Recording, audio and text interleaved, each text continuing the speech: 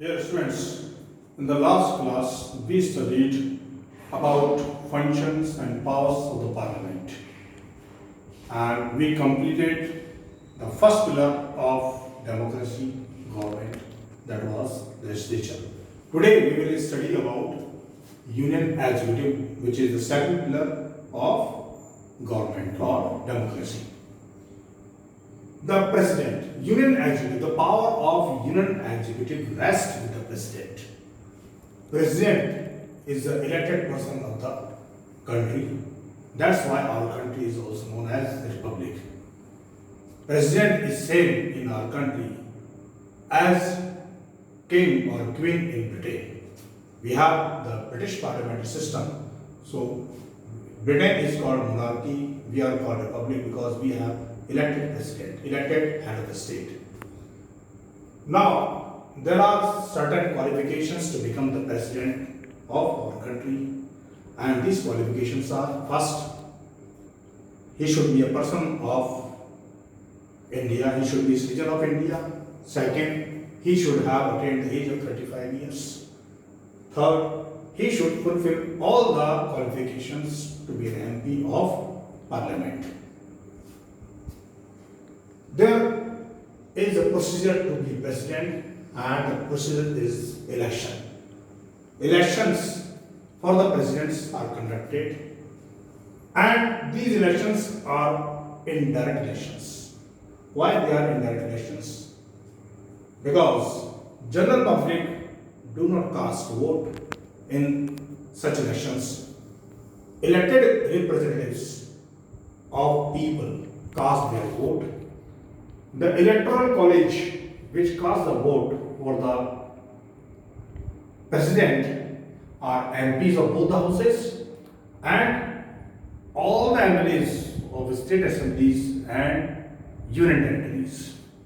There is different value also according to the size, according to the population and number of seats in the states. So MLA of UP and MLA of Rajasthan both do not have same values of their vote. There are different values for MLA's vote according to the size and number of seats in the state. This election is also known as single transferable vote system, because in such elections whosoever elect the election, whosoever contests the election has to attain a minimum quota of votes, which is known as single transferable vote system. If any person does not acquire minimum quota of vote, then that person is removed from the race of becoming the president. Method of deposition.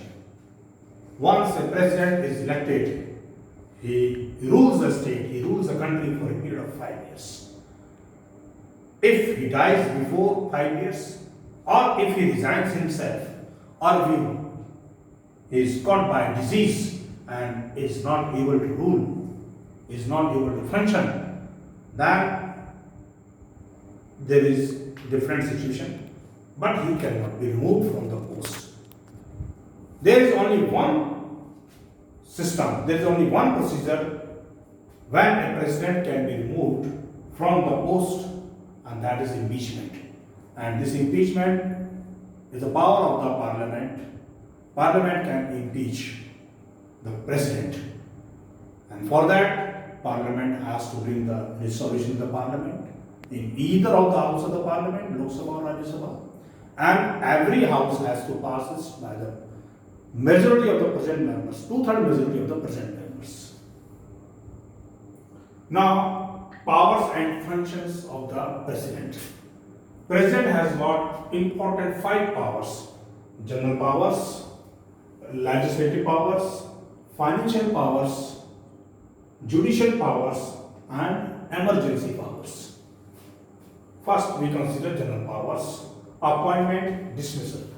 President appoints all the important officials of the country.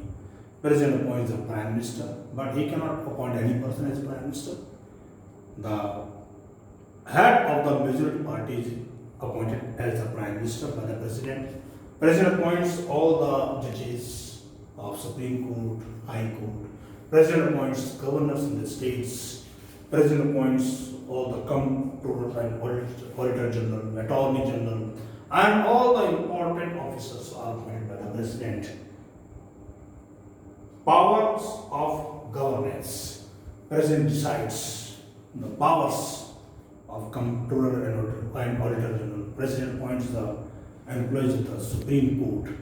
So this all comes under the power of governance. President decides many rules and regulations. Powers in foreign affairs. All the foreign treaties and pacts are done under the name of the President of the country. Military powers. President is the head of all the three forces: Navy, Air Force, military, army. So President is the head of all the three forces, and President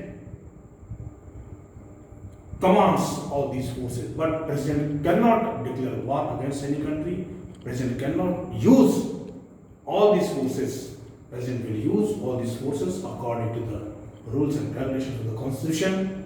When Parliament has got the right to declare war on behalf of the Parliament or ruling party, Prime Minister, President can declare war and can use the forces. Legislative powers.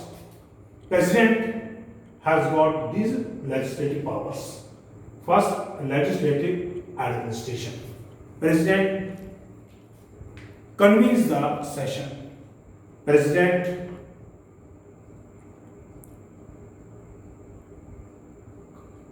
when Parliament session starts, when Parliament session commences, President addresses the joint sitting of both the houses. So these are all under the legislative administration.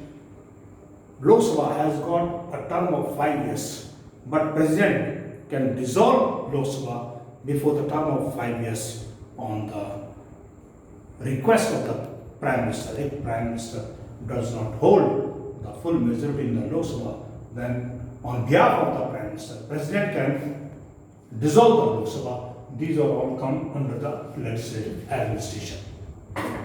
Power of nomination. President has got power to nominate persons in Rajya Sabha, Upper House and Lok Sabha, Lower House of the Parliament. President can appoint 12 members in the Rajya Sabha. These members are prominent figures from the field of art, literature, culture, science and social services. And in Lok Sabha, President can appoint 2 persons of Anglo-Indian community if there is no proper representation of such persons in the Lok Sabha. Use of veto power on a bill. When a bill is passed in the Parliament and goes to the President to become a law, President can return it back to Parliament, but that is allowed to the President only one time. If second time it goes back to the President again, then President has to pass it. Power of issuing ordinance. When there is no session, President can pass ordinance to allow the ruling power, to allow the government to do their important works. Financial power. President allows the money bill to be presented in the Lok Sabha. This is financial power of the President. Judicial powers. President has the power of clemency. President can forgive any person from the death sentence, but this is under judicial review. There are certain emergency powers. Article 352 for internal disturbance and external aggression. President can declare emergency under such provisions. Article 356 in which President can impose President rules in a particular state, and Article 360 in which President can declare financial emergency in the country. But all these are under the control of the Parliament. This is our topic complete, and Next, in the next class, we will study other executive officers. Bye.